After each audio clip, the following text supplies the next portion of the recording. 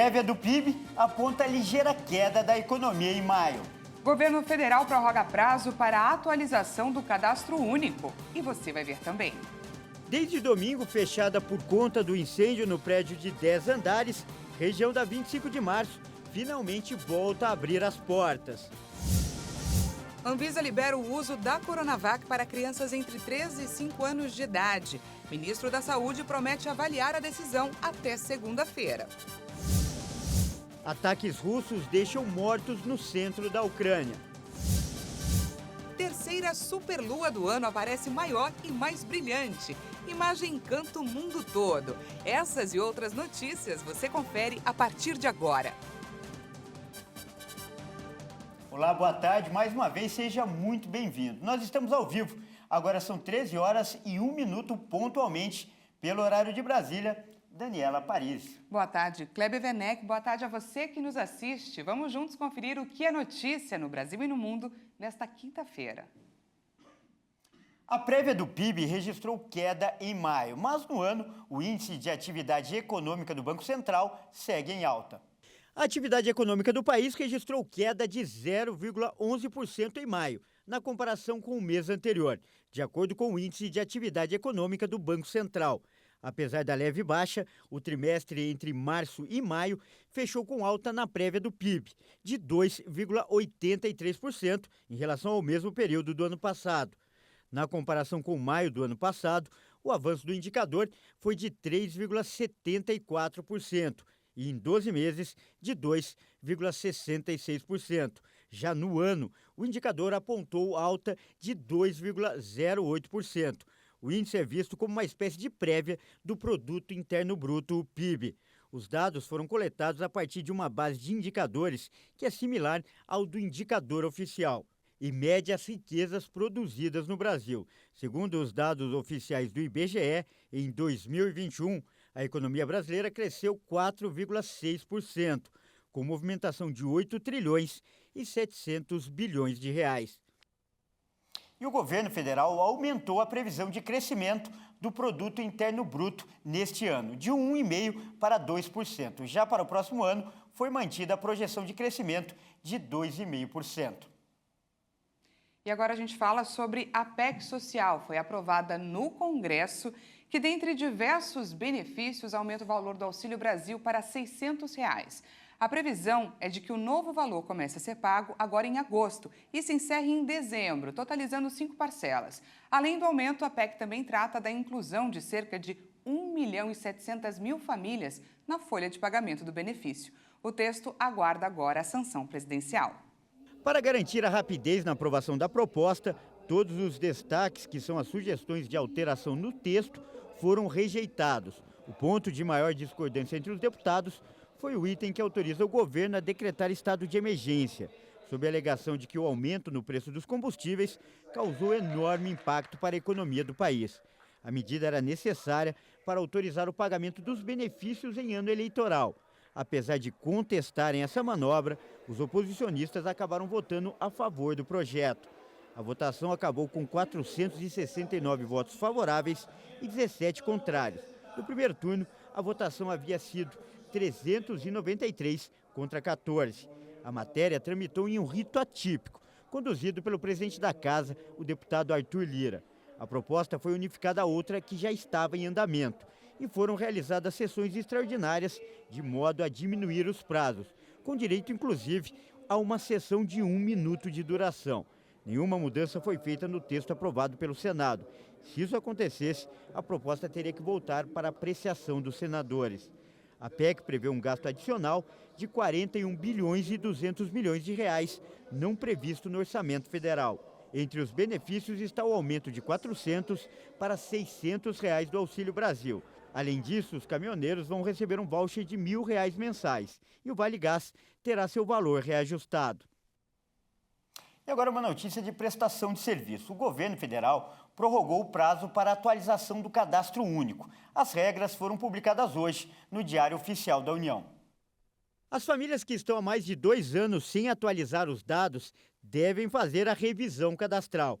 A data limite para a atualização do cadastro único, para evitar o bloqueio do Auxílio Brasil, foi adiada para outubro. E a data limite para evitar o cancelamento da tarifa social de energia elétrica ficou para dezembro deste ano. No caso das famílias que atualizaram o CadÚnico pela última vez em 2016 e 2017 e teriam que atualizar até esta sexta-feira, elas vão poder fazer isso até 31 de julho. No caso das famílias que estão com problemas cadastrais para atualizar os dados, o prazo ficou prorrogado até 31 de dezembro. As famílias podem saber se estão na lista de revisão cadastral por meio de mensagens nos comprovantes de pagamento dos benefícios ou nos postos das prefeituras que cuidam do cadastro único. A atualização cadastral deve ser feita presencialmente nos postos das prefeituras de cada cidade. E a orientação do governo é agendar o atendimento pela internet antes. Se o beneficiário não fizer a revisão cadastral no prazo estipulado, pode ter o benefício bloqueado e cancelado. E a gente muda de assunto agora para falar de saúde, né, Dani? O ministro da Saúde, Marcelo Queiroga, afirmou que a pasta vai avaliar até segunda-feira a decisão da Anvisa que liberou o uso da Coronavac para crianças de 3 a 5 anos. O governo deve procurar o Instituto Butantan para saber da disponibilidade de doses dessa vacina para todo o país. E a Anvisa aprovou a aplicação da vacina Coronavac em crianças por unanimidade. O imunizante já estava sendo usado em crianças a partir de 6 anos. A decisão foi tomada após a análise de um pedido apresentado pelo Instituto Butantan em março para a liberação do imunizante contra a Covid para essa faixa etária. A Coronavac está autorizada para uso emergencial no Brasil desde o dia 17 de janeiro de 2021. Mas foi somente em janeiro de 2022 que a agência regulatória autorizou a ampliação do uso da vacina para crianças e adolescentes entre 6 e 17 anos de idade. 5 diretores da Anvisa, que votaram com a relatora Meiruzi Freitas, autorizando o uso em crianças de 3 a 5 anos de idade, aprovaram a aplicação também para o grupo de imunossuprimidos, crianças que têm baixa imunidade. A aprovação da Anvisa para essa faixa etária segue agora para a Câmara Técnica de Assessoramento em Imunização da Covid no Ministério da Saúde. A aprovação depende dessa análise técnica do governo federal para que a imunização desse público seja de fato iniciada. 10 milhões de doses vão ser necessárias para incluir essa população de 3 a 5 anos. O esquema vacinal para crianças a partir dos 3 anos de idade é o mesmo recomendado para os adultos. 2 doses aplicadas em um intervalo de 28 dias. A vacina vai ser a mesma já aplicada na população em geral. E ainda falando de saúde, a Organização Mundial da Saúde desaconselhou o uso de 2 remédios para o tratamento da Covid. De acordo com as novas diretrizes publicadas no British Medical Journal, o uso da colchicina, um anti-inflamatório para tratar gota, e da fluvoxamina, um antidepressivo, em pacientes com Covid leve ou moderada foi desaconselhado porque não existem evidências científicas de que essas medicações tragam melhoras ao paciente. Segundo a entidade, elas podem inclusive oferecer riscos à saúde ou até aumentar a probabilidade de efeitos adversos. Em resumo, o equilíbrio entre os benefícios e os danos potenciais não favorecem o tratamento. Uma pesquisa da Fundação Oswaldo Cruz contabilizou 23 sintomas que podem aparecer nos pacientes pós-Covid. A fadiga é a maior queixa de sequela entre os que já foram contaminados pelo coronavírus. Um estudo divulgado pela Fiocruz de Minas Gerais constatou que a metade das pessoas diagnosticadas com Covid-19 apresenta sequelas que podem perdurar por mais de um ano. A pesquisa contabilizou 23 sintomas após o término da infecção aguda, a chamada Covid longa. A pesquisa, que acompanhou quase 650 pacientes infectados pelo vírus por 14 meses, identificou que pelo menos 324 pessoas, ou 50% do total, tiveram sintomas pós-infecção. Ao todo, a pesquisa contabilizou 23 sintomas após o término da infecção aguda.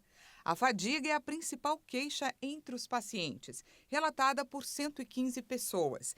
Depois aparece tosse persistente, dificuldade para respirar, perda do olfato ou paladar e dores de cabeça frequentes. Além disso, também chamam a atenção os transtornos mentais, como insônia, ansiedade e tontura. Entre os relatos ainda estão as sequelas mais graves, como a trombose, diagnosticada em 20 pacientes monitorados. A Covid longa pode causar sequelas complexas que demandam reabilitação.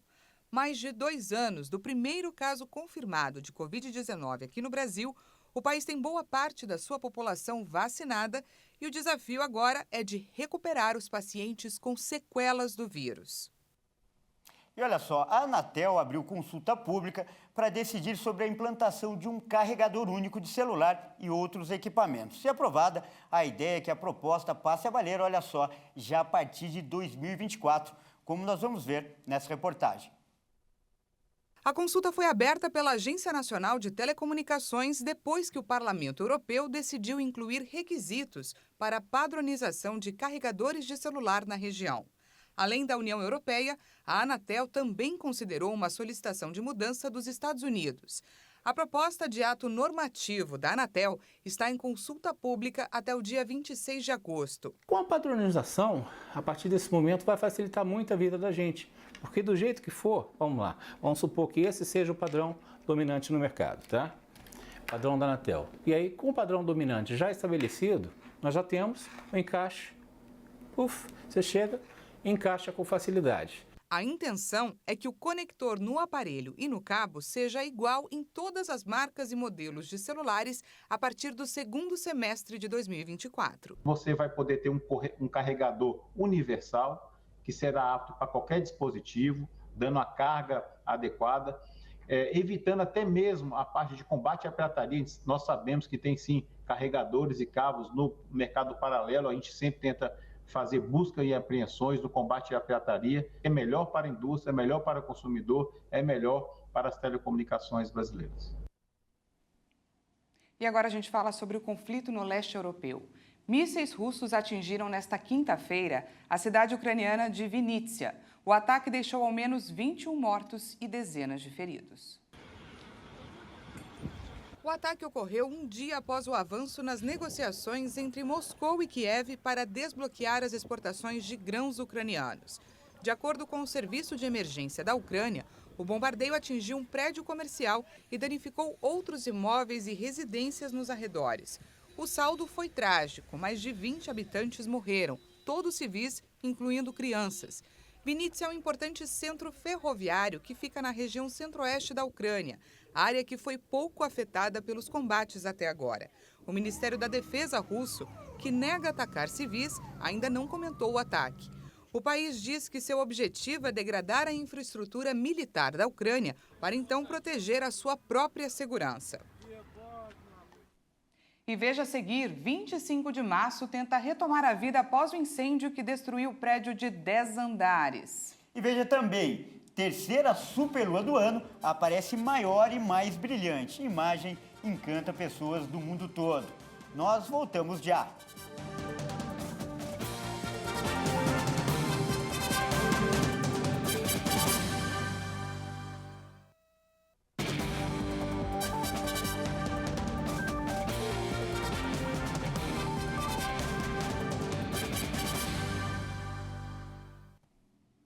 Olá, mais uma vez, seja muito bem-vindo. Nós estamos de volta e ao vivo. Agora são 13 horas e 16 minutos pelo horário de Brasília. E a gente volta com os destaques internacionais. A onda de protestos e confrontos de gangues continuam no Haiti. Mais de 89 pessoas foram vítimas da violência e 16 estão desaparecidas. A cidade de Porto Príncipe, capital do país, tem sido paralisada por diversos conflitos há mais de uma semana. De acordo com uma ONG da Rede Nacional de Defesa dos Direitos Humanos, os confrontos deixaram várias pessoas feridas, cerca de 90 perderam a vida e dezenas estão desaparecidas. Os distúrbios começaram no dia 7 de julho, entre duas facções rivais em uma região pobre de Porto Príncipe.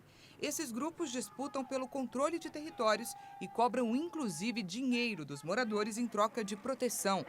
Apesar de ter piorado nesta última semana, a verdade é que a violência disparou no Haiti desde o assassinato do presidente Jovenel Moïse.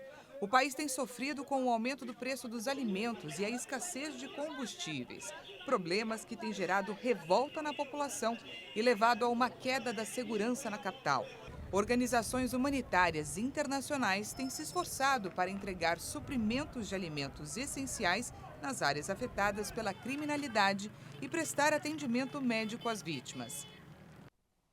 E um incêndio que atinge o porto da cidade de Beirute, a capital do Líbano, já dura vários dias. O mesmo local é marcado por uma outra tragédia, uma explosão que deixou centenas de mortos e completará 2 anos.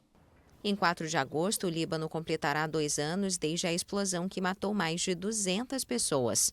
O incidente foi causado pelo fogo em um estoque de fertilizante de nitrato de amônia armazenado de forma inadequada.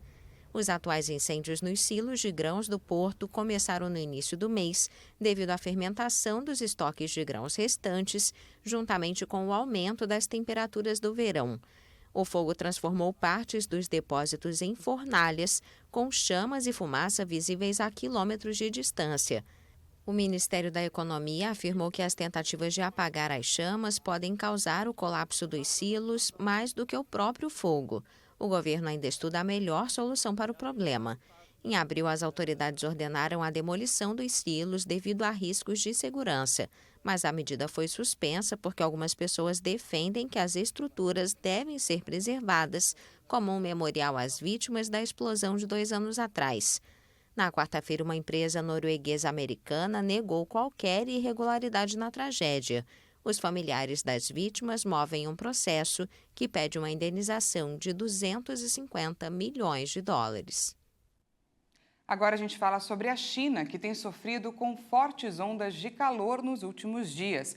O governo do país já começou a implementar medidas para amenizar os impactos causados pelas altas temperaturas. O Centro Meteorológico Nacional da China prevê que durante os próximos dias as temperaturas em algumas regiões do país devem ultrapassar os 40 graus. Em mais de 90 cidades chinesas foram emitidos alertas vermelhos para temperaturas elevadas. Em Xangai, as temperaturas poderão alcançar até 50 graus. E o Centro Meteorológico Municipal aconselhou cidadãos a reduzirem as atividades ao ar livre. Uma das principais preocupações com as altas temperaturas é o impacto que elas terão na produção de alimentos na China. O calor pode prejudicar a produção de arroz e também de algodão, segundo as entidades governamentais. O consumo de energia também deve aumentar e, para evitar desabastecimento, o governo do país restringiu o uso da eletricidade em fábricas de alto consumo. O objetivo é garantir que haja oferta suficiente para as pessoas e as indústrias mais importantes. Um aumento prolongado na demanda de energia ameaça esgotar os estoques de carvão, que é o principal material usado para a geração de energia no país. E agora a gente fala do incêndio no centro de São Paulo. O incêndio no prédio comercial que fica próximo à rua 25 de março foi contido, mas os bombeiros, olha só, precisaram voltar ao local para apagar alguns pequenos focos que ressurgiram lá no local, Dani. Pois é, e mais cedo a nossa repórter Bruna de Jaimo esteve lá e traz para a gente as informações sobre como ficou o comércio na região. As lojas voltaram a abrir aqui na região da rua 25 de março. Os lojistas aos poucos foram subindo as portas, mas o movimento ainda era muito fraco comparado ao que acontece diariamente aqui.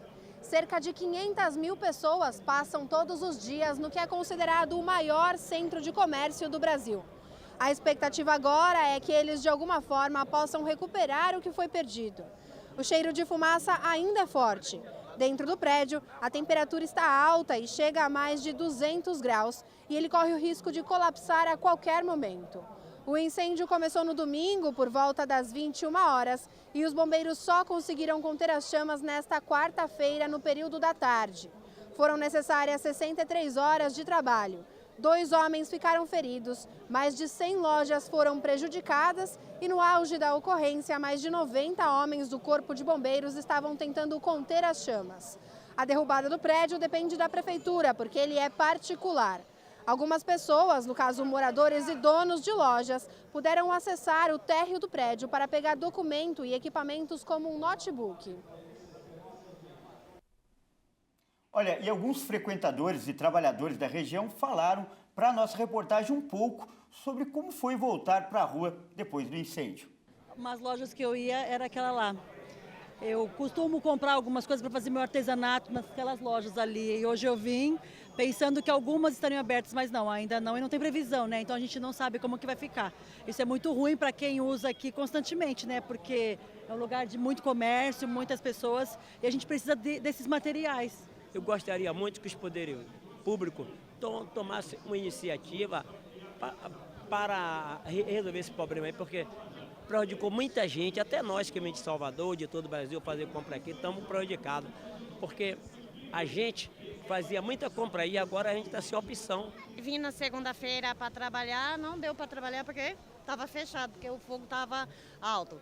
Aí voltei para casa, aí na terça voltei, porque estava mais ou menos, nós ficamos na terça. Aí quando deu uma base meio-dia, ia dar umas meio-dia, os bombeiros veio avisando para todo mundo sair. Saíram todo mundo às pressas, porque estava trincando, caindo, né, coisa. Então nós saímos às pressas. Aí fiquei nisso, aí tô indo, não sei como é que tá a situação. Que eu venho, a loja tá fechada. E aí tô na expectativa, né, que pelo menos se eu não conseguir trabalhar aqui, eles me encaixem em outra loja. Agora o jornal passa a ser transmitido também na Hit TV. Para você que nos assiste, seja muito bem-vindo. Agora são 13 horas e 24 minutos. Nós estávamos falando sobre o incêndio no prédio de 10 andares e a gente vai direto agora para a rua 25 de março para conversar com a nossa repórter Maria Clara Leite, que está por lá e traz para a gente os detalhes sobre como está a situação neste exato momento. Seja muito bem-vinda, Maria Clara. Olá, Daniela, Kleber, boa tarde para vocês e para todo mundo que acompanha a gente. Sim, nós estamos ao vivo aqui na região da 25 de março, bem em frente ao prédio de 10 andares, que começou a pegar fogo aí no último domingo. Neste momento, ainda sai fumaça, tá, do prédio ali nos últimos andares, mas a informação dos bombeiros é de que não há mais nenhum foco de fogo lá dentro.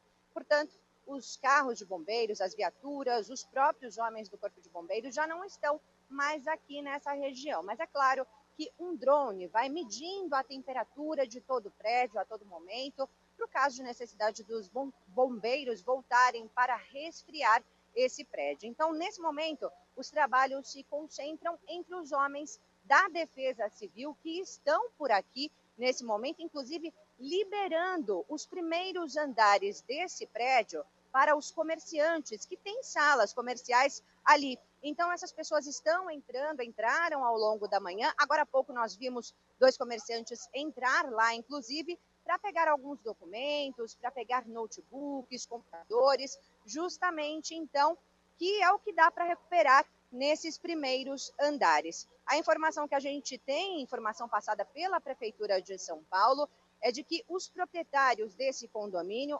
autorizaram a demolição do prédio de forma amigável, portanto, não será necessária nenhuma ação judicial para a demolição. Então, depois do trabalho de rescaldo, é que essa demolição vai começar.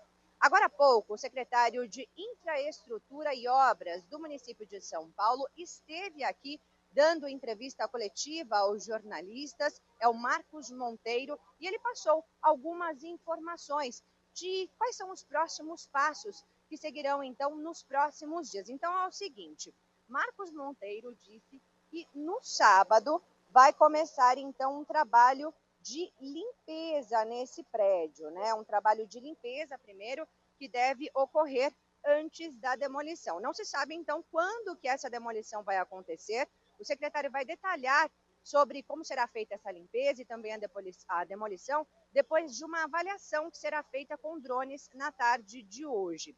A informação que ele passou também é que foi descartada a demolição por implosão. O que se sabe é que será uma demolição externa total pelo lado de fora, então. Ainda há risco de colapso, sim, como a repórter Bruna informou durante o VT, mas não há necessidade de mais bloqueios aqui na região da 25 de março. O único trecho bloqueado é esse aqui que nós estamos, na rua Niazi Schoff, que é só um quarteirão bem pequeno, e também 3 quarteirões da rua onde fica esse edifício, né, que é aquela rua atrás, eu perdi o nome da rua agora, Abdo Chaim é o nome da rua onde fica o edifício. Essa rua foi bloqueada, mas todas as outras ruas aqui da região da 25 de março estão liberadas. E há muita gente por aqui, os carros estão passando aqui na rua 25 de março, olha só, bastante gente realmente comprando, aquele trânsito normal que nós já estamos acostumados a ver. Parece que as pessoas realmente que não puderam estar por aqui nesses primeiros dias da semana, segunda, terça e quarta, em que várias ruas estavam bloqueadas, essas pessoas vieram hoje e estão aí comprando bastante no comércio da região, vida aos poucos voltando ao normal. Kleber, Daniela. Pois é, aos poucos a nossa 25 de março vai voltando ao normal. Que bom. Muito obrigada, Maria Clara, pelas informações. E olha só, e hoje o cometa K2 vai fazer sua maior aproximação da Terra. De acordo com a NASA, em 2017, quando esse mesmo cometa foi descoberto, era o mais distante já encontrado, a cerca de 2,5 milhões de quilômetros do Sol. Com uma luneta será possível visualizá-lo. E na noite passada, pessoas do mundo todo puderam observar e se encantar com a beleza da terceira superlua do ano que iluminou o céu. A chamada Lua dos Servos possibilitou muita apreciação e belas imagens no final da tarde e também até o início desta manhã. A Lua aparece maior e mais brilhante do que o comum. Essa superlua acontece durante a fase cheia, quando está mais próxima da Terra. Bom, com essa imagem romântica e bonita, a gente encerra essa edição, né? Essa edição fica por aqui. Muito obrigada pela companhia. Uma ótima tarde para você. E continue ligado em nossa programação, porque daqui a pouco eu volto com mais notícias para você.